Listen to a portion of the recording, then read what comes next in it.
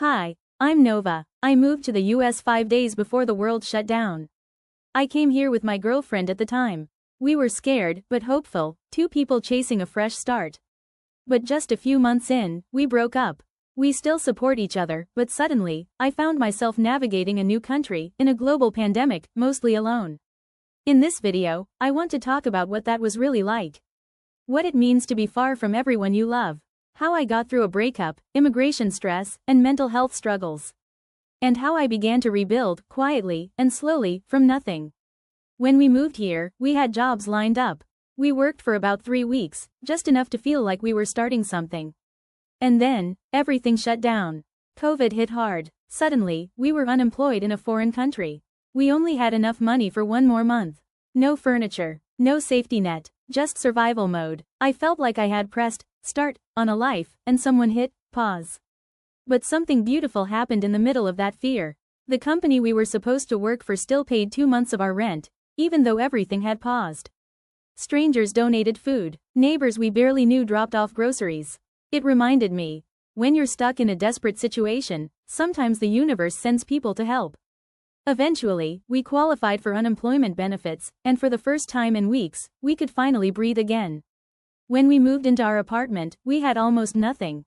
Just one air mattress, a few kitchen tools, and each other. I remember cooking rice on a hot plate and eating on the floor. No couch, no table, no TV, but I was grateful, because we were safe. Still, I felt like I was floating through someone else's life. Like I had started a movie, but skipped the first 30 minutes. And then, we broke up. It wasn't dramatic, just two people, in a lot of pain, growing in different directions. We still support each other from a distance. But after that, she started staying with her friend more often, and suddenly, I was truly alone. And here's something most people don't know about me. Before this, I had never stayed alone in a house in my life. Not once. Back home, I lived with family. I was always someone's daughter, someone's friend, someone's girlfriend. I never really had to face myself, just me, with my own silence.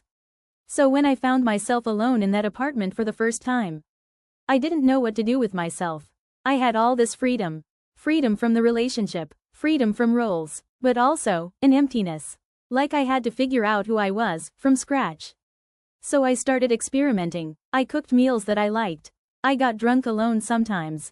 I cried hard. I tried new hobbies. I started journaling, rearranged the furniture just to feel something new. And I'm still trying, still figuring out how to be mine, fully. Not someone else's girlfriend, not just a daughter, just me, Nova. Being an immigrant during a global shutdown was like being invisible. You don't belong here yet, but you've already left everything behind. Emails, deadlines. I barely understood the paperwork. Every form felt like it could decide my future. Will I be allowed to stay? Will I lose everything I just gave up to come here? It was like trying to build a house while wondering if the land beneath it would be taken away. Eventually, things got sorted. But I carried the fear with me. You can't see your family. Can't fly home. Can't connect deeply. I watched my friends back home go on with their lives, parties, weddings, group selfies. I watched my parents age, through a screen. You start to feel like you're fading from their story. But you can't go back, not yet. Maybe not ever. That grief? It's deep, and weirdly quiet. But something shifted in that silence. I started building habits, not to fix myself, but to hold myself. I started journaling in the mornings. I created evening rituals, lighting a candle, stretching, reading even just one page. I cooked meals to nourish myself instead of punishing my body. I started walking, just to feel air on my face. Eventually, I took solo trips, to Miami and Tennessee. I'd never traveled alone before. But something about standing in a new place, by myself, reminded me, I'm still here. I'm still becoming. I stopped waiting for someone to rescue me. And I started showing up for myself, one small act at a time. Who I am becoming. I am not the same person. I'm still growing, still grieving, still figuring it out. But I've changed. I've learned how to hold sadness and hope in the same heart. Now I know I can sit in a quiet room and not fall apart. Now I know how to turn sadness into structure. Now I know healing isn't a goal, it's practice. And through it all, I've found strength I never asked for, but definitely needed.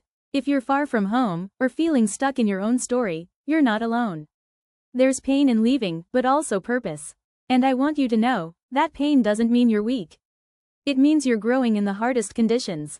And sometimes, when you're in a desperate place, life sends you people. People who donate food, send a kind message, or remind you, you're worth rooting for. This channel is where I share the messy, real parts of that growth. The things I've learned, the habits that help, the emotions I still wrestle with. Because growth isn't linear, it's an experiment. And if you're trying to, this is your lab, too. Leave a comment, share your story. Let's not do this alone anymore. Let's grow, gently, together.